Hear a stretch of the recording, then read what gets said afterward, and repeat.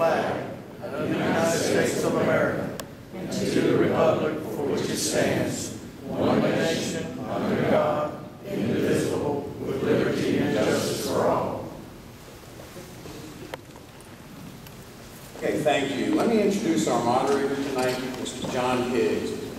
Mr. Higgs is the General Manager of Broadcast South radio station, and he will call up the candidates and explain the rules. Mr. Higgs.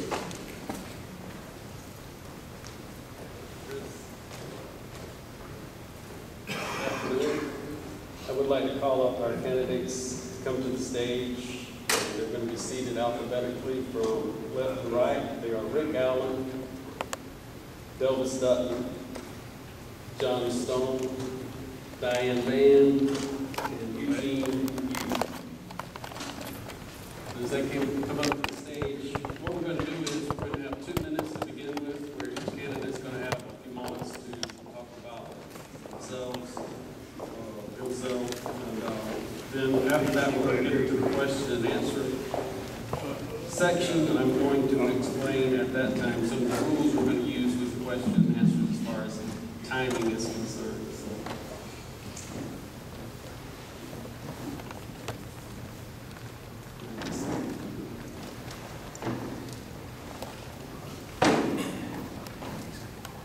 Again, each candidate will have 2 minutes to introduce themselves. And then in the question and answer, we're going to have 90 seconds. I'll go into that a little more about the timing and the flags we're going to use in just a moment. But as far as the 2 minutes are concerned, we're going to start off tonight. We're going to go from left to right. Then at the conclusion tonight, they're going to have some concluding statements, and they're going to go back from right to left, to be fair. So tonight, our first candidate to speak in 2 minutes is going to be Mr. Rick Allen. Thank you, John, and appreciate you being here tonight and moderating the debate. It's good to be here. Thank you for coming out tonight. It's good to get together with fellow Republicans and talk about the issues and how we're going to turn this country around. You know, we hired a community organizer as president, and the country's a mess. For 2.5 centuries, this country was the envy of the world. What has happened? Have we not worked hard enough? Are we not smart enough? I don't think so. I think we have a leadership problem. We have a leadership problem in Washington. You know, we inherited the great American dream from our parents and grandparents. What are we going to pass along to the next generation, our children and grandchildren? Are we going to pass along a debt that's unsustainable? My wife and I have attended the same church for over 40 years. We've raised 4 children in that church. They're all grown, they're all married, and they're all gainfully employed, and we are delighted about that, particularly in this economic environment. We have 7 grandchildren. My wife tonight is with our middle daughter, who had our 7th grandchild about 2 weeks ago. So, and she's been a busy grandma for some time.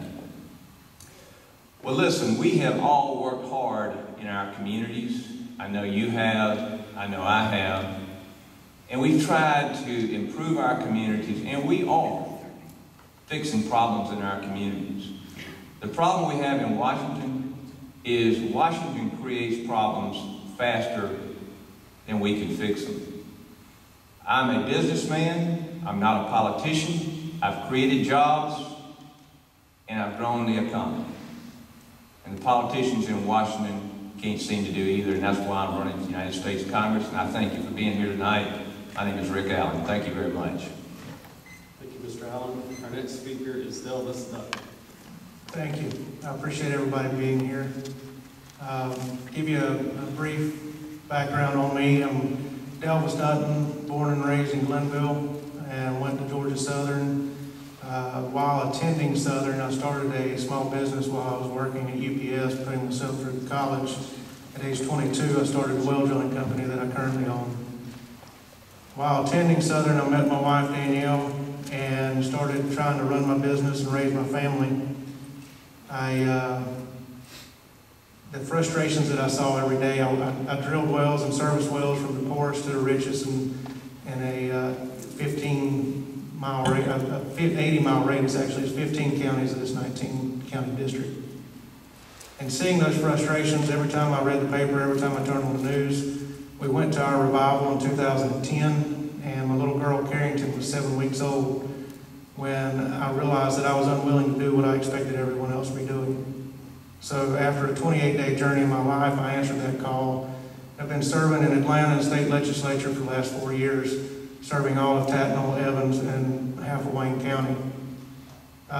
Never aspired to be an elected official in my life, but I understand what my role was, trying to go and do what I knew to be right, no matter what the cost politically. And after doing that, after 2 years, I had to sign up to run again. In year 3, I realized that you can win the hearts and minds of others by doing what you know is right. And we caused a movement in Atlanta, and that example is there. And that's why I'm in this race now running against Barrow. That example is there for anyone to see, and how that matches up as an absolute contrast to what we have representing the 12th district.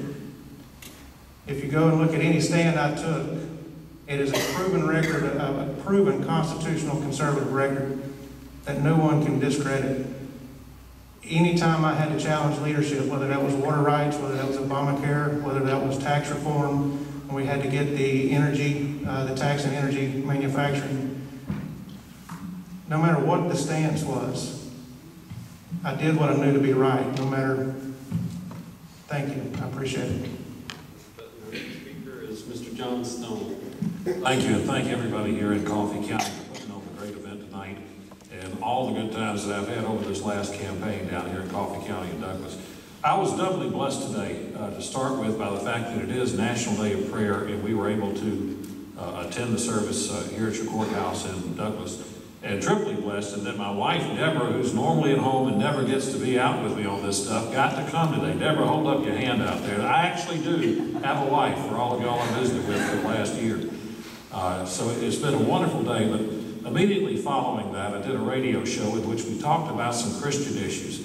And when I came into this auditorium tonight, I met with one of your local pastors here, and we were talking about that, and the fact that, do you ever want to use the Lord to get a vote? And I don't think you need to.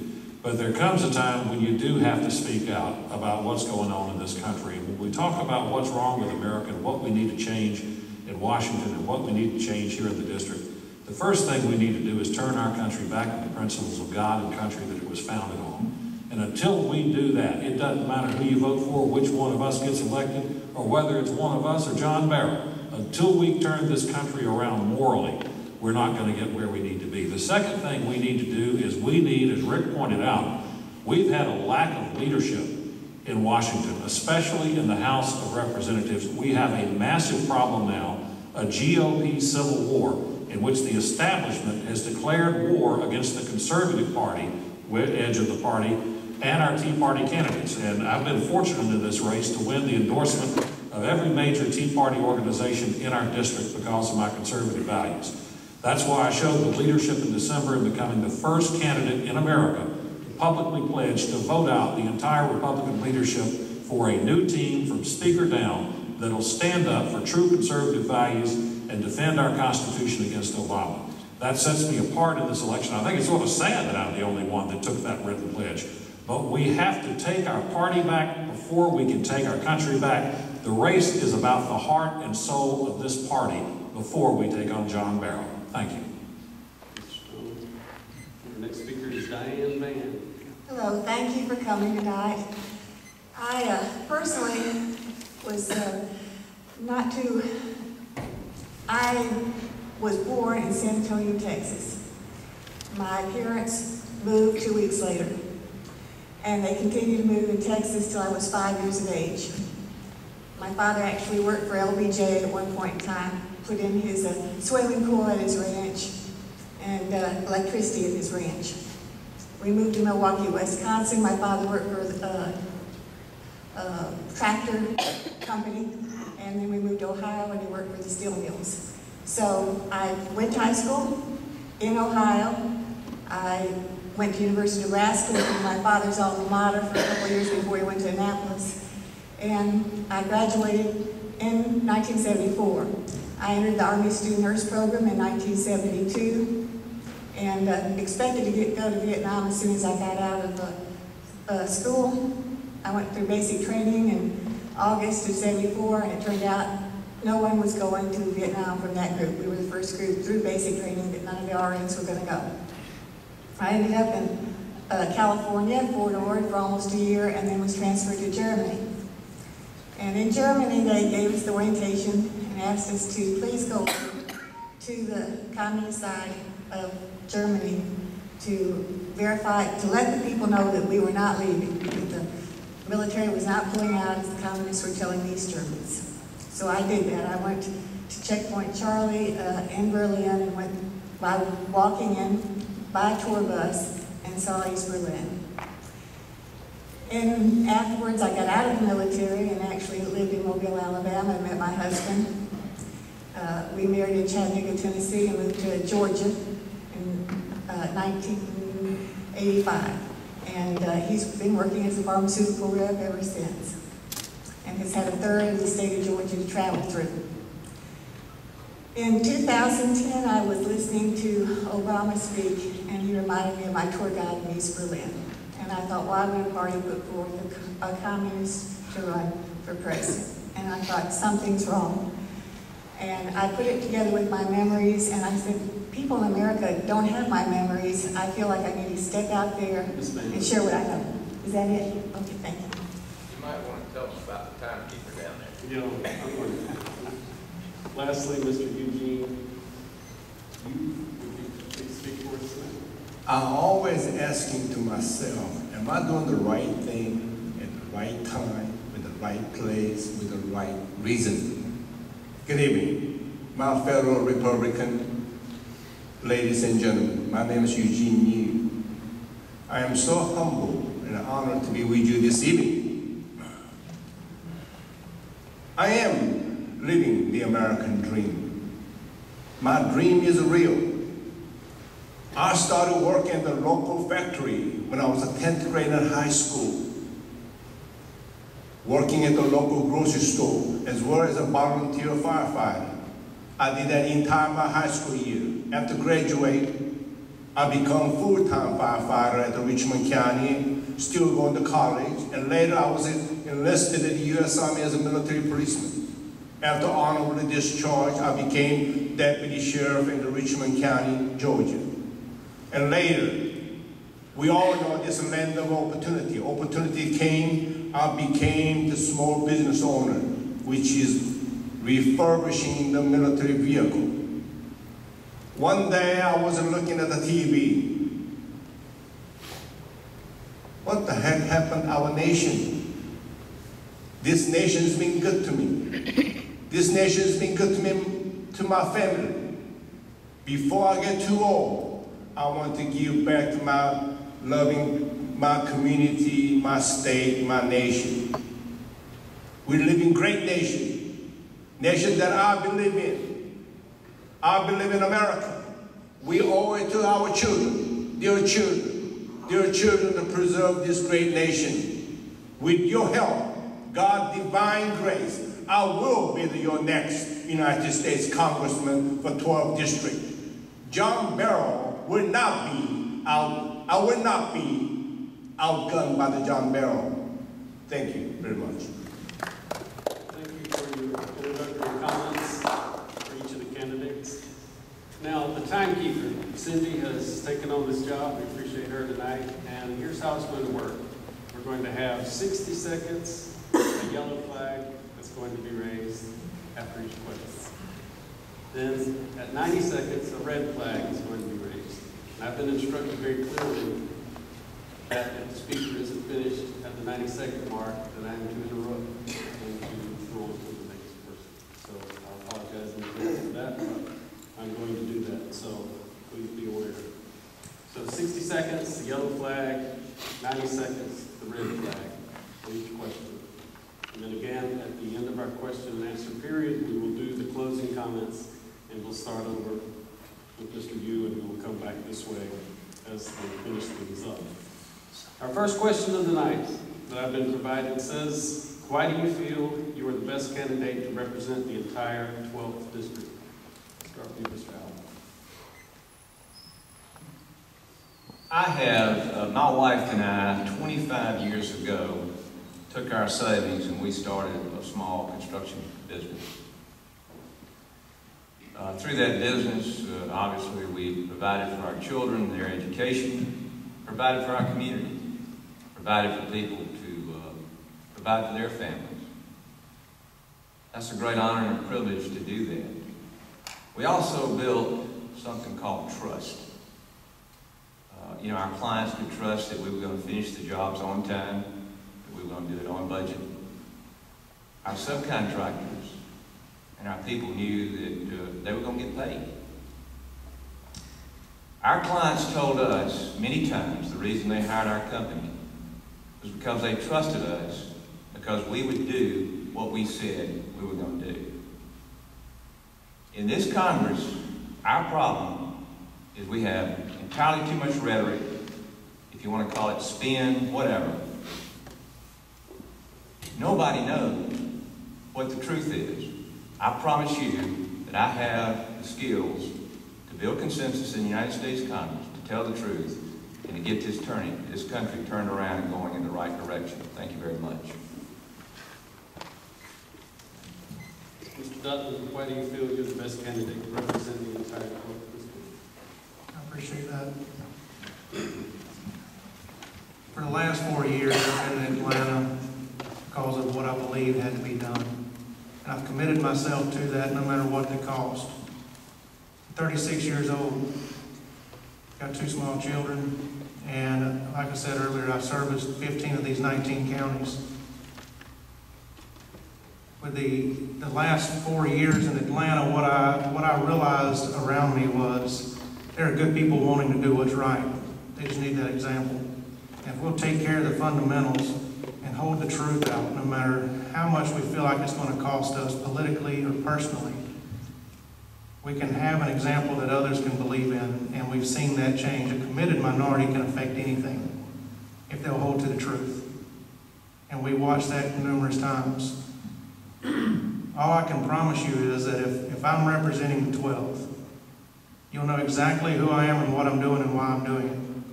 I'm an open book. All you'd have to do is ask me where I stood on any issue, and I'd tell you exactly what I believed and expect you to tell me where I was wrong. That's the way I've done it for the last 4 years in Atlanta, and that's the way I'll continue to do it for the 12th. Thank you. Mr. Stone, why do you feel you're the best candidate to represent the entire 12th district? In 1994, I left the newsroom at WBBQ in Augusta and went to Washington with our former Congressman Charlie Norwood. I also served with Congressman Max Burns, who was briefly our congressman for the old 12th District, and just finished a stint as the D.C. Chief of Staff for Texas Congressman John Carter, who's chairman of Homeland Security Appropriations Subcommittee and former secretary of the Republican Conference. We were the rebels standing up against the leadership in Washington. One of the reasons I'm running for this seat is our country is going to the dogs because our party has gone to the dogs. Congressman Carter, under my counsel, was the co-founder of the House Tea Party caucus in Washington and part of the revolution that took back the House in 2010. We don't have time to waste. We've got to have new leadership. We cannot continue with the same speaker, majority leader that we have now. They've driven the party apart into a civil war. If we're going to take our country back, we've got to take our party back. If we're going to take our party back, we've got to have new leadership. The leadership starts here in the district by taking the pledge in writing that if I go up there, I'm voting for that new leadership for you, so that we can have a true conservative party again that'll stand up for our Constitution and stand up against Obama. If you want business as usual, any one of my worthy opponents up here will be fine. If you want a Republican revolution, I'm your guy. Ms. Mann, why do you think you're the best candidate to represent the entire 12th district? I'm the best candidate to represent the entire 12th district. If you want somebody that wants to impeach the current leadership on the Democrat side, I would go up there and work to impeach Nancy Pelosi, who promoted the Agenda 21 for the United Nations. I call it the Communist Manifesto of 1992 on the floor of the House after George H.W. Bush signed it in 1992. She promoted it. Clinton did an executive order starting the soft law approach to enactment of it. Here it's been going on. Harry Reid was there. He's also been a part of this. And then, of course, Barack Obama has done 900 plus executive orders on it. So if you're interested in their impeachment, and that's what you want, I'm your best candidate. Mr. Yu, why do you think you're the best candidate to represent the entire public? We've been here all along, the Republican Party. We need to change our image to the public. Not only state, but the nationwide. God bless the Republican Party. Look at me, here I am. I believe in the American dream. I believe in Republican value. When I get elected as your congressman, I will represent Republican, Democrat, anybody who live in this 12th district or state of Georgia. Some of them politicians or some candidate, they always talk. I did it. Entire my life in America. Let me work for you. I will deliver your voice to the Washington. I will fight for your interests. I will fight for the state of Georgia. I will fight for whatever best interest for the United States. Thank you. Our next question is, other than closing and sealing the borders, how would you propose to deal with the illegal immigrants that are in our country today, including those immigrant children that have been educated and brought up in our country?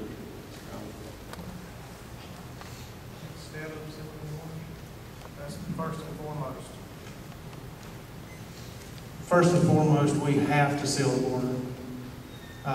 Until we get that accomplished, we have the strongest military in world history, but the weakest border. And it's amazing to me. But until we can absolutely lock down the border where we're not seeing that every day, that has to be our focus. But after we're able to successfully do that, don't misunderstand me, amnesty's not a question in this country. We've already tried that once and it was a failure. We had to lock down the border, then we have to enforce the laws that we currently have on the books. And we're not doing it. So I will tell you that our committed fight has to be to do whatever we can to satisfy the border states and locking down the borders where we're not seeing this in this country right now. Thank you. Mr. Stone, other than closing and sealing the borders, how would you propose to deal with the illegal immigrants that are in our country today, including those immigrant children that have been educated and brought up here? I wish I had 90 minutes on this question instead of 90 seconds. This was a key issue that we handled on the Immigration Reform Caucus and also with the House Appropriations Subcommittee on Homeland Security.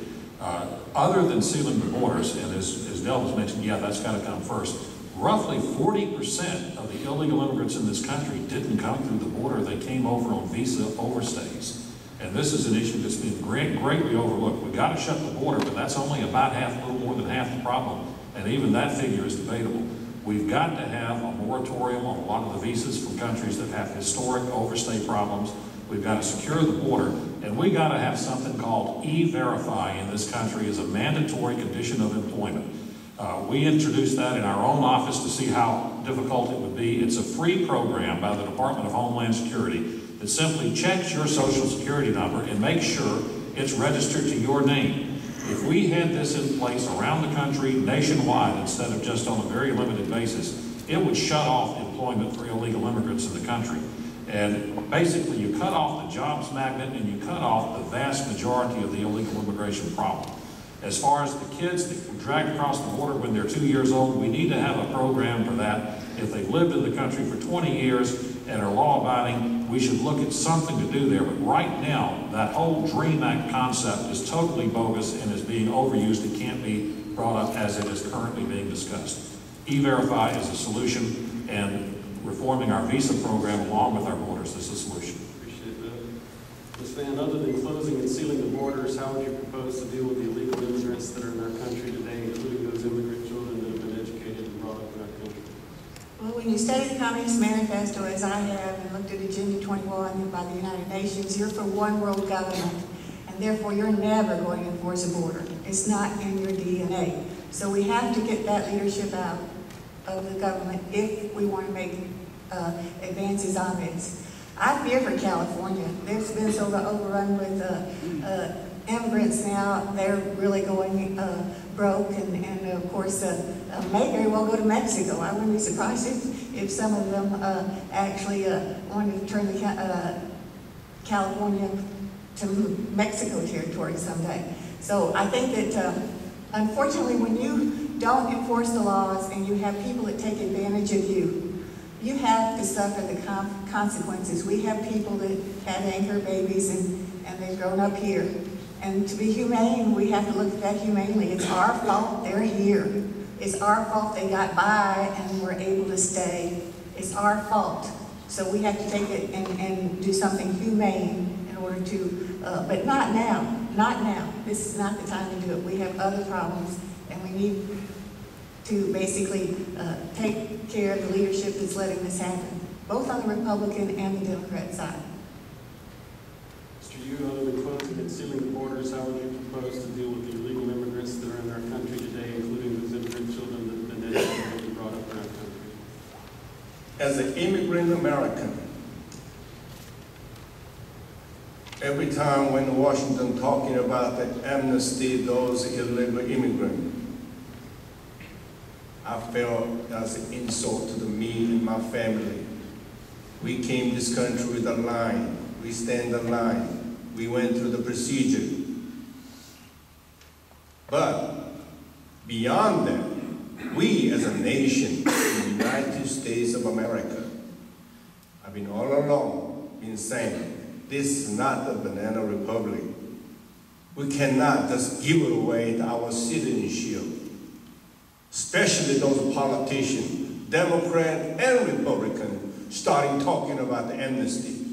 That's the reason I want to be your congressman, because when I get there in Washington, I will tell the left side, the Democrat side, you cannot use this illegal immigrant issue to your benefit of your political agenda.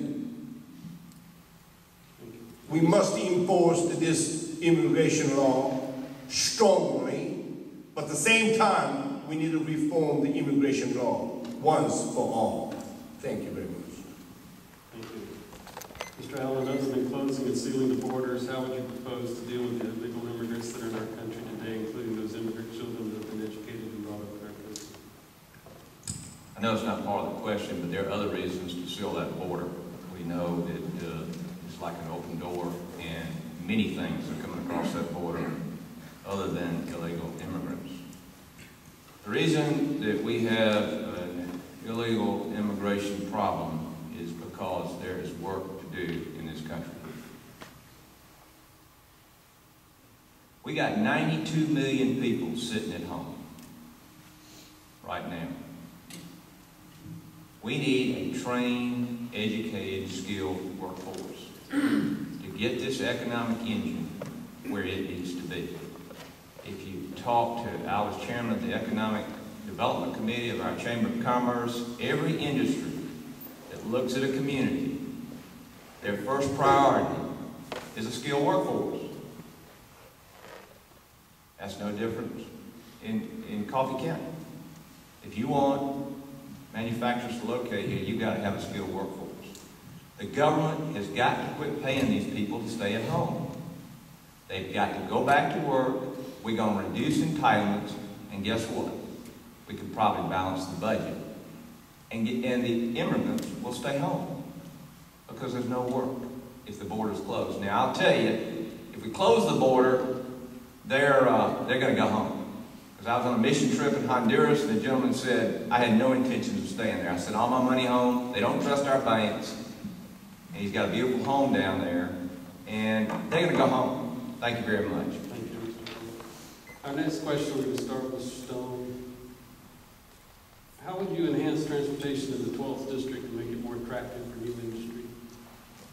Oh, number one thing I would do, thank you for giving me this question first. Our two new interstates, when When Max Burns was our congressman here, I was part of the project in which we drew up and introduced plans for 2 new interstate highways for our district. I-14, which would begin in Wilmington, North Carolina, through Orangeburg, Augusta, Macon, Columbus, Montgomery, Alabama, Natchez, Mississippi, and out to San Antonio, and the I-81 extension, which would begin in Savannah and connect with I-85 up in North Georgia. Both of these projects were approved. They had huge bipartisan support from both parties and were passed into law, signed by President Bush in 2006 for the feasibility studies. Both these highways were studied over the next years. In 2012, in the middle of this congressional election, we had the feasibility study approved by the U.S. Department of Transportation as a high priority corridor status. John Barrow has let both of these projects die on the vine. Both are critical for ensuring that we remain competitive with the Port of Savannah and for expansion across South Georgia. They can be built with private sector funds without a nickel of federal involvement and bring tons of new jobs and stir our economy up. This would be a top issue for me if I'm your next congressman in getting these revived in January of 2015. Thank you. Ms. Mann, how would you enhance transportation in the 12th district to make it more attractive? Well, Agenda 21 by the United Nations doesn't want transportation to be enhanced, so anybody that is promoting it needs to be removed from office, and that's why for their impeachment. But I do like the ideas that have been put forward by Mr. Stone, and I think that they should be carried out, and I don't see John Barrow doing a darn thing to help. Thank you. Mr. Hugh, how would you enhance transportation in the 12th district to make it more attractive for the industry? Well, I also agree with what Mr. John Stone said that. However, as we know that infrastructure, we must invest for the future, our growth, our state, especially in the Savannah Port to get deepening. Yeah, we know that there's going to be a lot of traffic coming through the Savannah Port, and we need a better transportation throughout from the Savannah Port to the west, Savannah Port to the north, the east. That's all the job growth. At the same time that we all, as a congressman, your congressman, I would support 100% for the infrastructure that are going through our state and our district for the highway and transportation. Thank you. Mr. Allen, how would you enhance transportation in the 12th district to make it more attractive for your industry? I'm proud to have the endorsement of Gloria Noble. Charlie Noble was a good friend, and yes, Charlie worked for his entire career for this transportation, particularly the one across the state. I talked to our DOT commissioner in the 12th district, Diane Grantham, and he educated me on the issues involved in the interstate system. And basically, our state, unless we go up on our fuel taxes, does not have the funds to cover the maintenance of our current interstate system. I'm not going to promise you something I can't deliver. You know, to privately fund these, I guess you got to have a toll road at every bridge. I don't know, but I'm in the construction business. I understand how much it costs to build an interstate. I understand how long it takes. We need jobs immediately. We need to turn this economy around immediately. What we're working on in Augusta, which would serve this area as well, is an intermodal transfer facility where we transfer truck loads to the trains. Industry has adapted to this. It does take a little longer to get product to market. But this would cut down almost 17,000 truckloads to Atlanta, because our only intermodal facility is in Atlanta. We need to do this immediately. We need to look at it in other areas of the state to cut down the traffic and the wear and tear on our interstates that we have today. And I assure you that I will look for every possible dollar to build transportation in the future. Thank you very much. Mr. Dutton, how would you enhance transportation in the 12th district to make it more attractive for your industry? We all know what needs to be done as far as transportation. We know how vital it is. We know how critical it is to the economy. We know how critical it is to the value addeds that we're lacking in this country. But it comes down to political will. What I've witnessed for the last 4 years is Everybody knows what's right when they get elected. The question is, will they do it? Will they take the political costs that may come from actually standing out, being out front, saying what needs to be done and following through with it? That's the reason we don't have the interstate system that we're referring to tonight. It's been on the table. The problem is we don't see the political will to push for it. We don't see the follow through. We don't see the commitment. Same thing with what we're seeing with the ports. We're seeing that being used as a political football.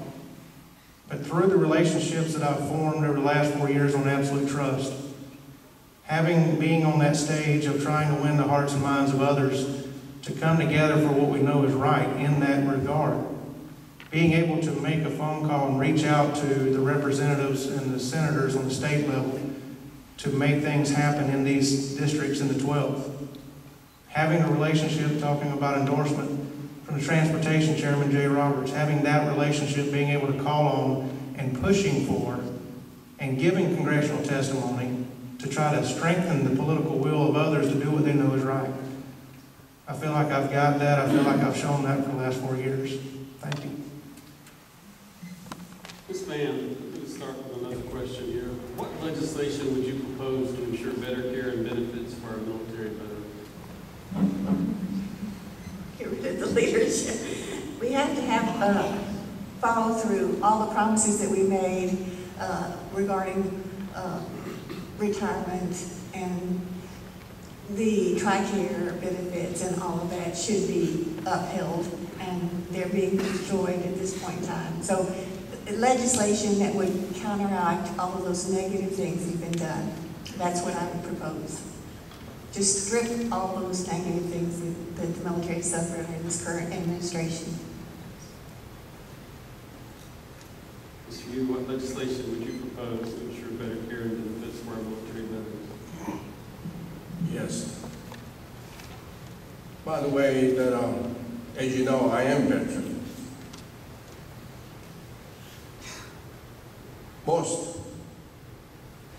We always talking about the budget cut.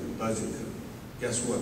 In Washington, D.C., the current administration do a cut military veterans benefit.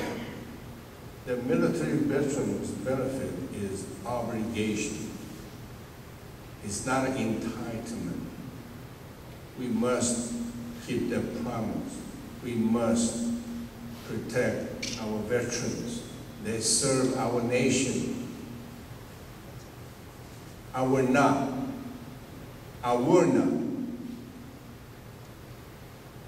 do any cut of the military veterans benefit.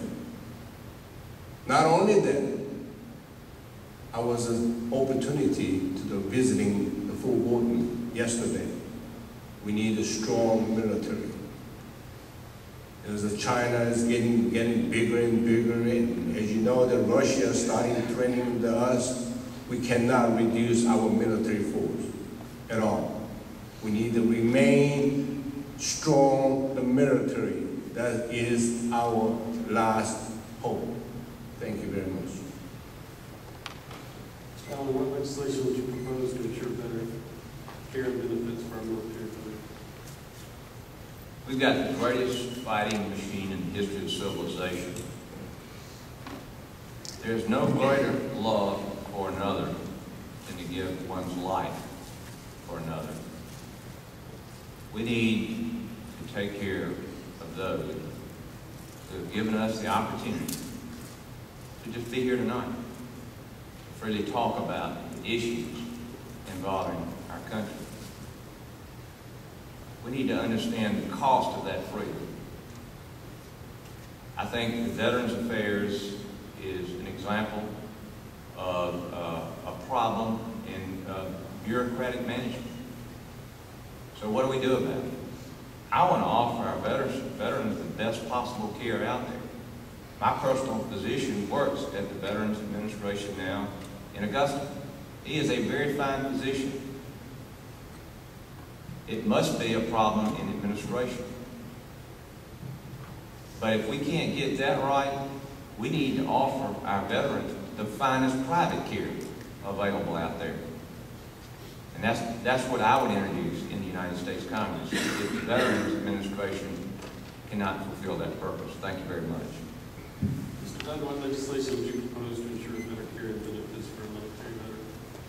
Right now, we're watching a government takeover in this country. Whether it's education, whether it's healthcare, whether it's the private sector, we're watching it all be dissolved. And you don't have to look any further than if you want to look at the VA hospital and the nightmares that's going on right now with our veterans. It's devastating to see where we're headed. We're all going to be living in the same box that you see that our veterans are having to deal with. Government has never run anything efficiently or effectively. We have to get them out of healthcare. We have to get them completely out of being involved in our healthcare system, including our VA hospitals. I was asked once, I believe that it should be left up to the private sector and private investment and innovation.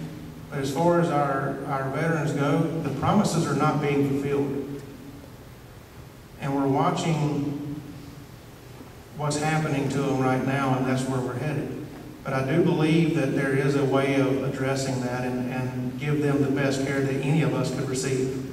I was asked before, could you support vouchers, taxpayer dollars going for vouchers to be used for health care?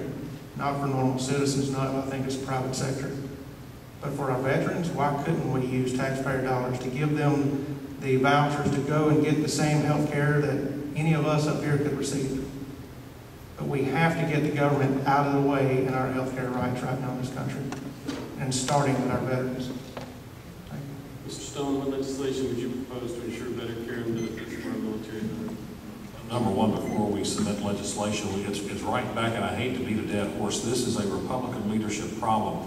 When I was D.C. Chief of Staff for Congressman Carter over the last 4 years, in addition to being Chairman of Homeland Security, he was also a member of the Veterans Affairs Subcommittee on Appropriations, and we brought the Veterans Department in for grueling testimony on what do you guys need to get your job done right. And they gave us a whole list of things that the Veterans Administration needed, and the Republicans in Congress voted to give them every single thing they needed to correct the problem, and we haven't gotten one decent result back out of the Veterans Administration.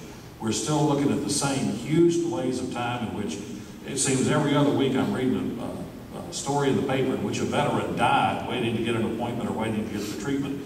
We need to go back and kick out the current Veterans Administration, hire personnel. To do that, we have to go past the Obama administration, and our House Republican leadership says we don't want to have that fight. We simply have to have new leadership that'll take on this administration and stand up for our veterans' rights. That's why we've got to be able to take that pledge and stand up to vote for those new leaders next January. Thank you. You're here. I believe we have time for one more question, and then we're going to have our closing comments. Chris, I believe that's about right. So I want to go off the grid a little bit tonight. We're going away from the paper. 2 years ago, we had a Republican candidate, and in a district that I believe has lots of Republicans, the candidate lost the election. I want to know, beginning with you, Mr. Yu, why do you think that happened, and what's going to be different here with winner of the primary? I think that, I'm sure you remember the last John Barrow, the TV ad, he holded the gun, he act like he's conservative. He's kind of playing with the conservative, but yet he going for all the liberal and democratic way. However, I will directly deal with the John Barrow. I can reach out not only Republican, I can reach out to Democrat. I can reach out to Independent, because I said earlier, that God bless our Republican Party. Finally, they got the right candidate, something different. I can reach out to all the people, most of any ordinary people. I can reach out. I can tell them who I am, what I am, what can I do for them. I believe people will look at our Republican. People will look at me as a different. I think the people will vote for me regardless of what party they belong. of course, Republican will support me as well. So that's why I believe I will be the next United States Congressman for your district. Thank you very much. Mr. Allen, what happened 2 years ago, and your opinion, and what's going to be different if it's tomorrow? John Barrow has spent $15 million holding this congressional seat. He'll spend another 2.5, 3, or whatever it takes to hold it again. That's unprecedented. We need our congressman in the 12th district. What does that mean? We need somebody that can garner people's trust. We need an outsider. John Barrow has been there 10 years. And if you've been in politics, I think he's going to find everything in the world he can use against you. And he did that last time. If you've taken a vote, or what have you done to represent or to govern? Or if you've had previous experience in Washington. The way you beat John Barrow is you debate him. That would be new and different. That didn't happen last time. And what you do is you debate him on fiscal responsibility, which he knows nothing about. When John Barrow was elected to Congress, he was spending $2.3 trillion. This president just asked for $4 trillion. I cannot wait to debate John Barrow and have the resources to beat him. Thank you very much. Mr. Dutton, what do you think after this? What's going to be the outcome?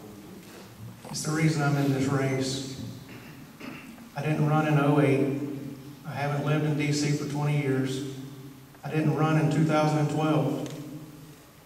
I was serving in the House in Atlanta, setting an example of what I believe was right. I haven't put forth $700,000, $800,000 of my own money for a bid for Congress.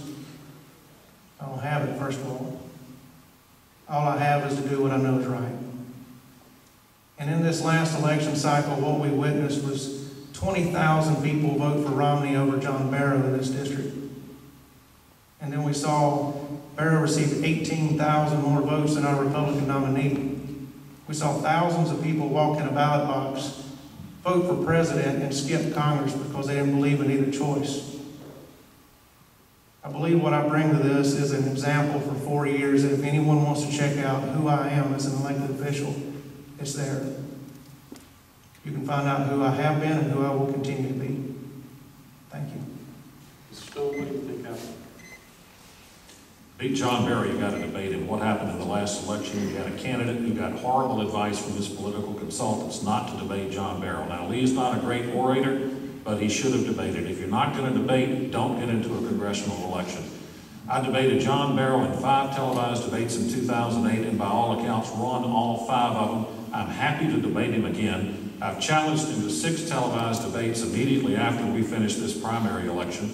I challenged my opponent on this end, Rick Allen, to 4 televised debates last year in 2013, in which we would debate a specific detailed issue like immigration, health care, education. Let's lay out on the table specifically where we are on the issues. He refused, and we have these little narrow debates in which we can't even question each other. By the way, you're dead wrong, you and your pal, Don Grantham, on this interstate issue. Our governor, Sonny Perdue, was 100% behind it. I went and talked with our governor, Nathan Deal, just weeks ago, who supports it. I went and talked with Herman Cain, who said not only does he support it, it's just like his 999 plan. I still haven't figured that out.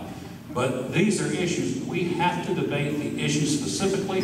We have to take him to task on every issue out there and debate him with vigor. That's how we beat John Barrow. We already know we have the full support of the Republican Party. For whoever wins up here, we're going to have between $2 and $9 million. We take him on in those debates and we pound him. That's how we beat John Barrow. I believe my name came up. Can I respond to that? First of all, I did talk to Don Grantham, and I was also at a meeting with the governor and Lynn Westmoreland in Atlanta, and we talked about transportation funds. And I am dead right You're dead wrong. No, you're not. That's correct. You are dead wrong on this, and I'm not going to let you block John, our where are you going to get interstates. the money to build the interstate? We have private sector investment firms, the same ones that just funded Georgia 400. Why the the same ones interstates that are not funded under the construction Beltway. right now, John? Because you're not a congressman. Because we have a congressman who won't fight and has blocked these interstates and refused to stand up for them over and over. And now you're standing ready to go do the same thing, and we can't let you. We've got to move this district You're forward. putting words in my mouth. Yes. Okay. Yeah, let them continue. By the way, this is also my 16th debate, folks. And we didn't have all the candidates in the field. I think it's been a little unfair to the other candidates for John Stone and I to debate without them. I think it would have given us a lot of press last year against Farrell that could have possibly kept this race narrowed down and given us a better chance of winning. Let's go to Ms. Mann. What do you think about? Neither of you got the money. Well, I asked people that were in the Republican Party in Canada, why did the candidate lose last time? They said he couldn't string two sentences together.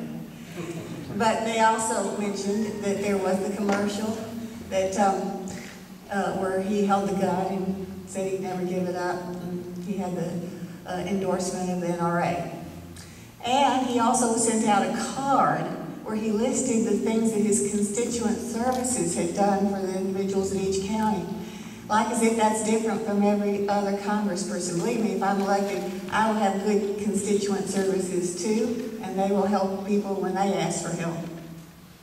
But I won't send out a card like I did it just by myself, and the only person in Congress that does that kind of thing.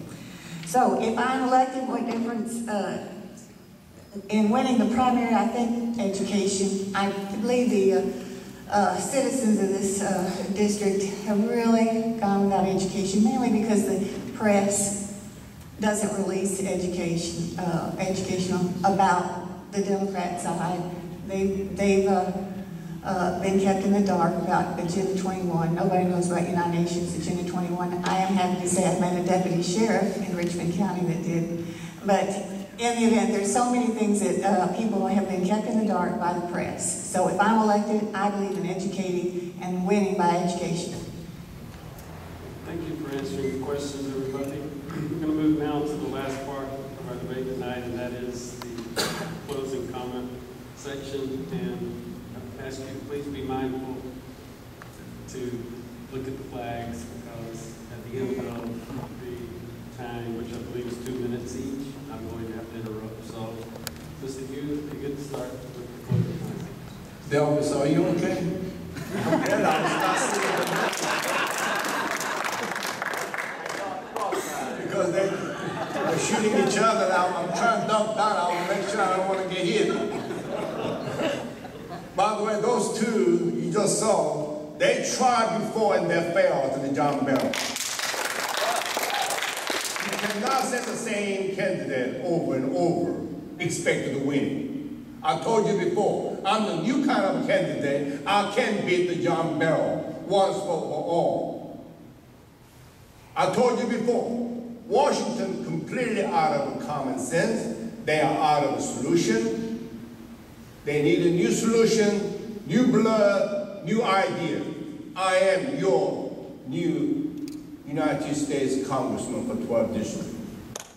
Again, 25 years ago, we had a Ronald Reagan as a president. We have a Johnny Cash and Bob Hope. Today, we have a Barack Obama as the president, and 12th District, John Barrow is our congressman. Guess what?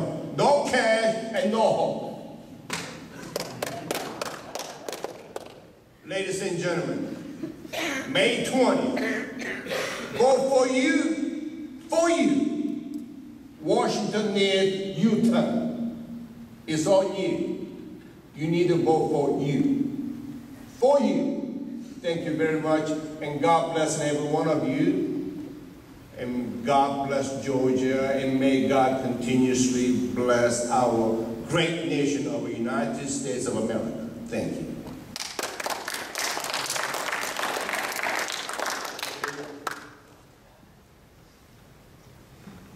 I just want to say that I know that there are heated remarks from the different people. Republicans are like that. We use our heads. We really think for ourselves. And that makes us a lot different from Democrats who follow Nancy Pelosi like she's a sheep, leading sheep, and she's the one wearing the bell. So I have no problem with that. I believe that any one of us would be superior to John Barrow. We believe in the Constitution of the United States. Number one, we're not going to follow through with the Communist Manifesto as is being currently done. And I just want everyone to remember, we have a dollar crisis. Our dollar is about to burst the bubble. We're all going to be in sadder shape than we are now. Our health care, they're taking it over. Not in order to take it over, they're using the IRS and taking over insurance. If you want to collapse the system, take away the people that pay for it, the people that handle and are able to manage it. Take them away, take them out. Yes, you'll collapse it and get what you want, control of people by controlling their health care access. And I also want to say something about the Common Core. That is nothing more than teaching socialism to the youngest in our community. And I have to say, I've looked hard at this. Our educational system at the college level has been dumbing down for the last 30 years, and unfortunately. We have got to bring our educational standards up to par. And I don't believe that takes standards from the federal government. No, I think it just takes dedicated teachers in the community and mothers. All right, so just after saying about those three main topics, the dollar, health care, and the Common Core, remember, John Barrow isn't going to change them. Please tell everybody that. He isn't going to change them. If you want change, you've got to get one of us. Thank you.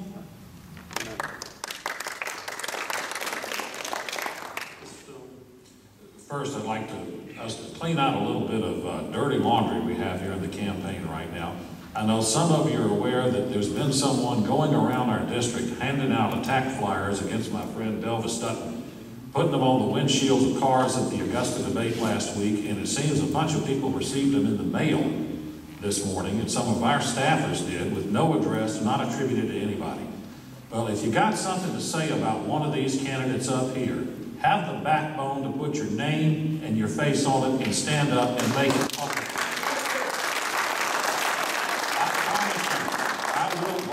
Things on my candidates up here that have to be brought out, but it's going to be my name, my face, my voice doing it. Who's putting these anonymous things out on Delvis is a political coward and has no right holding a public office.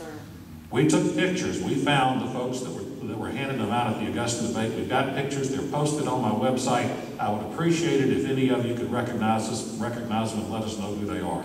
To my closing statement, this debate, this primary race is not about John Barrow. The primary race is about the 5 candidates we have up here. It's about the heart and soul of the Republican Party. Do we continue with the kind of party we've had over the last 4 years that's caved in on the sequester, caved in on Obamacare, caved in on the budget, caved in on every issue out there, and it's done a little more than slightly slow the Democrats down? Or do we want a new, revived conservative party that stands up for the Constitution again? And do you want to choose a candidate that had the leadership to put it in writing that they'll make that pledge? That's cost me dearly in this race, with opposition from Washington against my candidacy, pushing towards the other candidates here, but it's got to be done. If we're going to save our country, we got to take our party back first.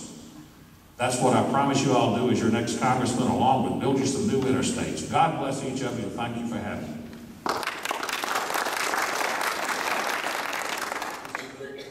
Thank you for being here.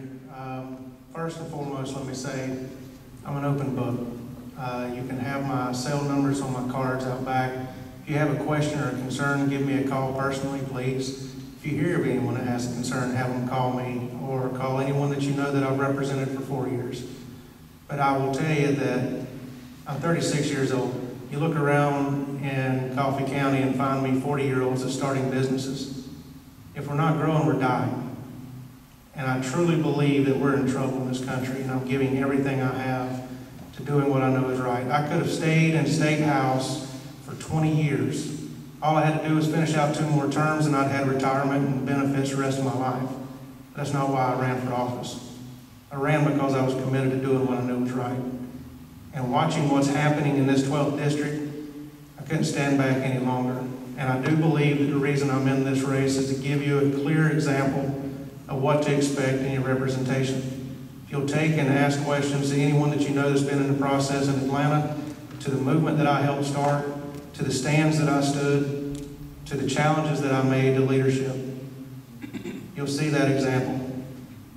I ask you to do all that you can, do your part. I'm giving everything I have. I've got 2 little children. Luckily, I'm not missing a T-ball game tonight. It got rained out. But I'm giving everything I can so that they can look at me, I can look at them for the rest of their life and say that I did everything I knew to do. So please lift us up specifically in prayer, and I ask you to follow whatever conviction that may be. And thank you all for being here tonight. Thank you.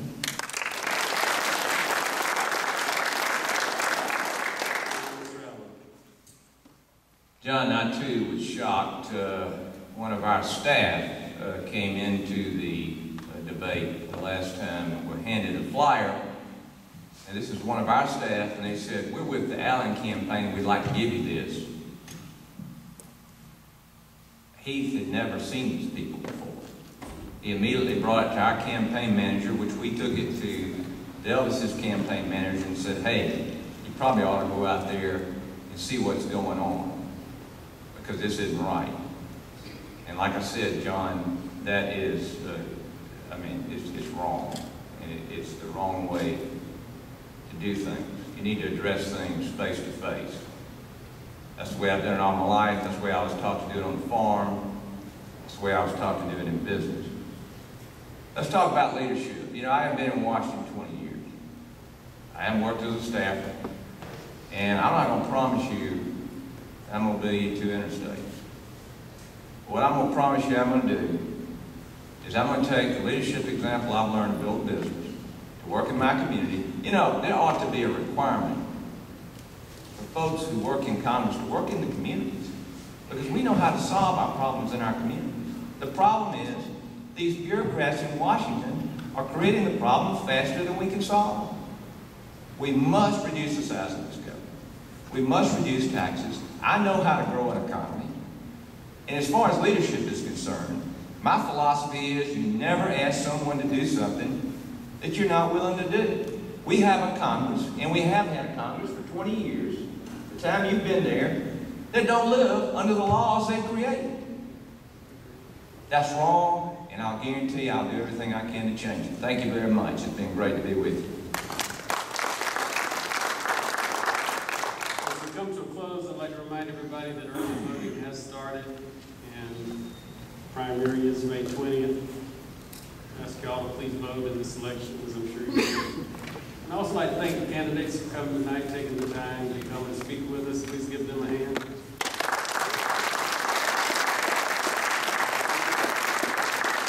I look forward to coming back here in a few weeks with one of these candidates and having that person debate John Barrow here in Coffee County. I look forward to coming back and doing that, and we hope that you'll come and others, that we can have a big crowd at that event. Again, we thank you for being here tonight, gentlemen, ladies, and we appreciate everybody coming. We wish you a good evening.